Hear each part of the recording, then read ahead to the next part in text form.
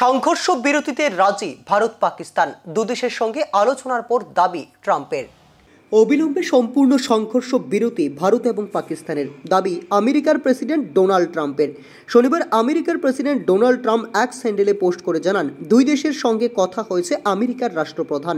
43 ঘন্টা সংঘর্ষ বিরতি, বিকেল 5টা থেকে উভয় দিক থেকে বিরত থাকা হচ্ছে। আগামী বৈঠক 12 মে ঘোষণা করে জানালেন ভারতের বিদেশ সচিব বিক্রম মিস্ত্রি। শনিবার দুপুর 12টায় কথা হয় দু দেশের ডিসিএমওর।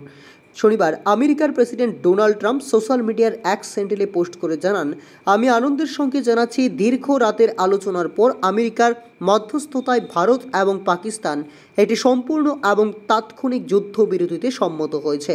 উভয় দেশকে অভিনন্দন। আমেরিকার বিদেশ সচিব মার্কো রুবিও শেয়ার করেন আমেরিকার প্রেসিডেন্টের বার্তা। তিনি জানান, দুই নেতার সঙ্গে আলোচনা করেছেন মার্কিন প্রেসিডেন্ট। পহেলগাঁওতে পর্যটকদের উপর সন্ত্রাসবাদী হামলার পর পাকিস্তানের 9টি জঙ্গি ঘাঁটিতে আক্রমণ করে ভারত, পরে উভয় পক্ষকে উত্তেজনা কমানোর জন্য বলে আমেরিকা।